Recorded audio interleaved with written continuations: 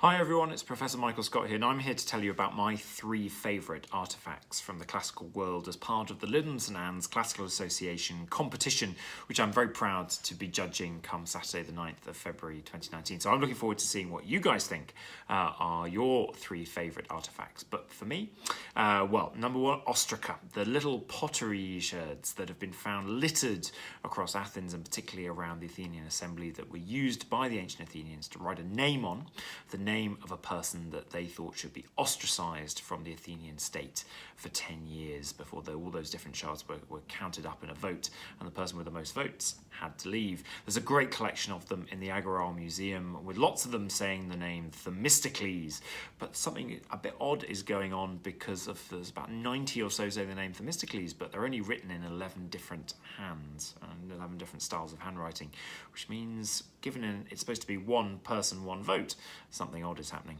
My other favourite artefact again comes from Athens, and we're dialing forward to the last part of the 4th century BCE, and it's a law, the law against tyranny, the law for the preservation of democracy that was set up on a big stele in Athens at the time. But above it, an image was created in relief that was thought to sum up the law.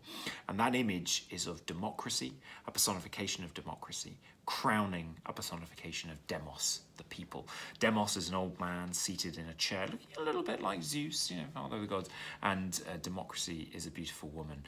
But that image has always stuck in my head as being one of my favourite coming out of Athens. And thirdly, my third favourite artefact, well, where would we be without a few wine cups from the ancient Greek symposium?